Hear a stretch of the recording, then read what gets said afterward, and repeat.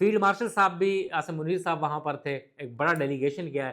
اور پھر بھی ایک چیز ہوئی کہ کیا وجہ ہے پھر ان ساری چیزوں، اسلام آباد کی جو تمام سرکاری بلڈنگز تھیں ان کو گرین جو اس کے ساتھ لائٹس کے ساتھ ایلومینیٹ کیا گیا اور خوبصورت برقی کمکموں کے ساتھ انہیں مزین کیا گیا. اور کچھ چیزیں ایسی تھیں جو، مگر یہ رات کو جب پریس ریلیز جاری ہوئی ہے جوائنٹ اسٹیٹمنٹ 11:30 بجے، تو اس کے بعد ہمیں پتہ چلا کہ یہ تو اسٹریٹجک میوچل ڈیفنس ایگریمنٹ جو دونوں مابین ہو گیا ہے، ایک بہت بڑا ڈیفنس ایگریمنٹ ہے. اور یہ اس کی تفصیلات ابھی باقی ہونا باقی ہیں، مگر دونوں ممالک کا جو ایک دوسرے کے خلاف جارحیت ہے وہ تصور کی جائے گی. اور بڑی بات یہ ہے کہ پاکستان اور سعودی عرب دونوں کو فائدہ ہے، کیونکہ اب اس تناظر میں اگر دیکھیں کہ یہ صرف دو ممالک کے درمیان ایگریمنٹ نہیں ہے، کیونکہ یو اے ای جو ہے اور دیگر گلف سٹیٹس ہیں، جی سی سی کنٹریز ہیں یا عرب لیگ ہے، وہ سعودی عرب کے ساتھ ہیں. اور سعودی عرب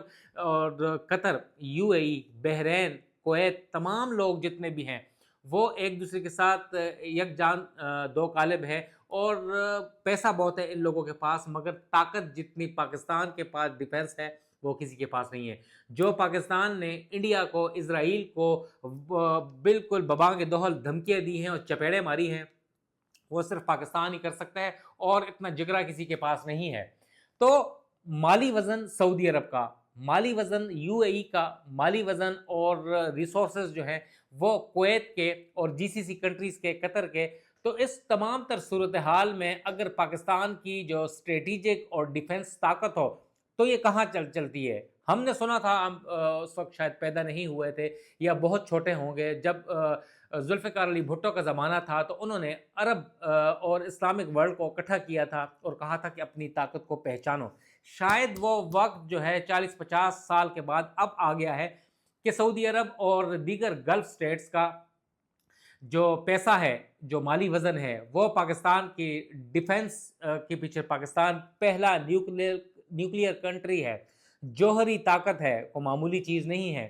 اگر سعودی عرب نے یا کسی مسلم ممالک نے احسان نہیں کیا، بیسیکلی احسان پاکستان کا ہے تمام ممالک کو، کہ انہیں زبان دے رہا ہے، انہیں احساس دے رہا ہے، انہیں غیرت دلا رہا ہے کہ خدا را اسرائیل کے خلاف کھڑے ہو جاؤ. ایران کیا تھا؟ ایران نے بھرپور جواب دیا. پاکستان نے انڈیا کو بھرپور جواب دیا، ابھی تک وہ ہوش میں نہیں آ رہا. چین، پاکستان، سعودی عرب اور اسلامی ممالک کے ساتھ کھڑا ہے، روس ہے، مگر اب امریکہ کو آنکھیں دکانے کا وقت آ گیا ہے. $400 ملین کا جو جمبو جیٹ، لگزوریس جو جیٹ دیا ہے ٹرمپ کو تحفے میں، اور اس کے باوجود وہاں ان کی ایئر بیس ہے، وہاں پر ملٹری بیس ہے دوحہ میں، اور مگر اس کے باوجود بھی دوحہ کے اوپر اسرائیل نے ایگریشن کیا. کیا آن بورڈ نہیں تھا امریکہ نے مذمت تک نہیں کی. تو اس قسم کی چیزیں ہیں. بہت بڑا ایک غیر معمولی عرب اسلامک سمٹ ہوا ہے اس ویک 3 روز پہلے. اور گزشتہ رات کی جو ڈیولپمنٹ ہے، یہ صرف میوچل ایگریمنٹ جو ہے یہ پاکستان اور سعودی عرب کے مابین نہیں رہے گا. یہ جو ہے آنے والے دنوں میں اس میں یو اے ای، بحرین، کویت، دیگر جی سی سی کنٹری شامل ہوں گے، اور یہ ایک بنے گا، کیونکہ طاقت، پیسہ، سب کچھ ہے اسلامک ورلڈ کے پاس. غیرت اور جو ہے وہ جرأت، حوصلہ نہیں ہے ان کے پاس. ڈر ہے، خوف ہے، حالانکہ سب کچھ ہم کر سکتے ہیں. ایران نے جو جوابی کارروائیاں کر کے اسرائیل کے اوپر یہ ثابت کر دیا ہے کہ اسرائیل جو ہے وہ فارغ ہے، وہ اس کا بالکل اتنا حوصلہ، اتنی بہادری نہیں ہے اس میں، اور پاکستان نے بھی یہ ثابت کیا ہے. تو لہٰذا اب سب کو اکٹھا ہونا ہوگا، کیونکہ پاکستان کے جو جوائنٹ سٹیٹمنٹ دونوں کی آئی ہے اس میں کہا گیا ہے کہ دونوں ممالک کے درمیان 80 سال سے، 8 دہائیوں سے، 8 ڈیکیڈ سے یہ اسٹریٹجک ایگریمنٹ ہے. 1967 میں دونوں ممالک کے درمیان اتنی زیادہ قربت تھی، اور پھر 1979 میں جب گرینڈ ماسک حرمین شریفین کے اوپر جو قبضہ تھا اور وہ واپس ریکلیم کروایا اور سعودی عرب کو دیا گیا، تو پاکستان کی جو S S G commandos, Pakistani فوج تو ہمیشہ ان کے ساتھ رہی ہے. میں نے جیسے پہلے بتایا کہ 20,000 فوج اب بھی ادھر ہے اور مزید بھی ہوگی. پاکستان کا جو اسلحہ ہے اس کی بڑا خریدار جو ہے وہ سعودی عرب بھی ہے، اور پاکستان کی اپنی پاکستان آرڈیننس فیکٹری واہ جو ہے اور سنجبال جو ہے وہ اتنے جدید ترین اسلحہ بنا رہی ہے، گولہ بارود بنا رہی ہے. تو پاکستان تو پورا ہے الحمدللہ. تھوڑا ایک سعودی عرب کو یا GCC کنٹریز کو، قطر کو، کویت کو، UAE کو چاہیے کہ جو انڈیا میں اربوں ڈالر کی انویسٹمنٹ کرتے ہیں تو پاکستان میں کر دیں. تو کیا جائے گا ان کا؟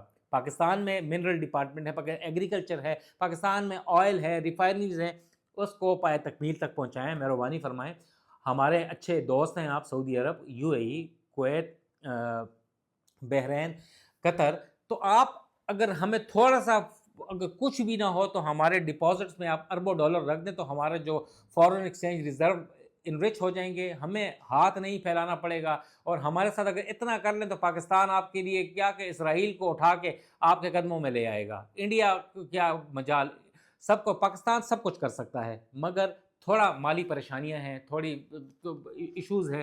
اگر ہماری فوج کو مالی وزن فراہم کیا جائے، پاکستانی حکومت کو تھوڑا بہت سپورٹ کیا جائے تو پاکستان بہت کچھ کر سکتا ہے. اور یہ اچھی خبر ہے اسٹریٹجکلی، اور یہ حیران کن ہے. اور انڈیا کے، پاکستان تو ہے ہی، انڈیا اسرائیل جو ہے اسے اس وقت اچھال رہا ہے اور بہت سکتے میں ہے کہ اتنی بڑا سرپرائز کیسے دیا. ہمارا انٹیلیجنس فیلئر ہے، را کا بھی اور موساد کا بھی، کہ ان کو پتہ ہی نہیں چل پایا، یا امریکن CIA کو نہیں پتا تھا کہ پرائم منسٹر کیوں گئے ہیں، اور آخری وقت تک انہیں نہیں پتا تھا انلیس اس وقت تک جب کہ اس کی ویڈیو اور پریس ریلیز اور جوائنٹ سٹیٹمنٹ منظر عام پر نہیں آئے.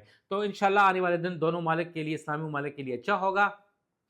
دوسری بڑی وجہ یہ ہے کہ ایڈم بوچلر جو ہے وہ جو اسپیشل انوائے ہیں US کے ہاسٹیجز کے اوپر، وہ کابل پہنچے ہیں.